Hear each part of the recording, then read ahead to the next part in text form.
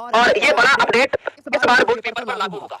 ये बड़ा अपडेट इस बार बोर्ड के पेपर पर लागू होगा और सिर्फ विज्ञान के पेपर पर। ठीक, ये बड़ा अपडेट इस बार विज्ञान के पेपर पर लागू होगा और कृपया ध्यान से सुनो।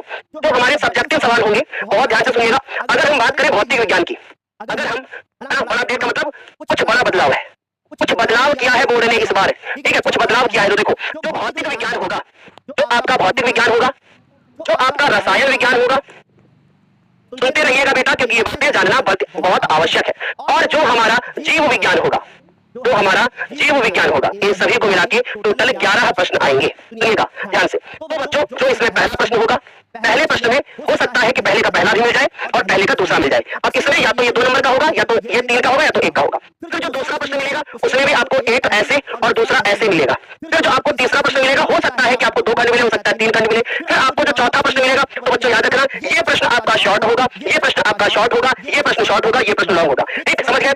ये प्रश्न आपका जो ये वाला मिलेगा, जो प्रश्न आपका ये वाला मिलेगा, कौन सा वाला? ये वाला। ये आपका 2 अंक का होगा। ये प्रश्न भी आपका 2 अंक का होगा।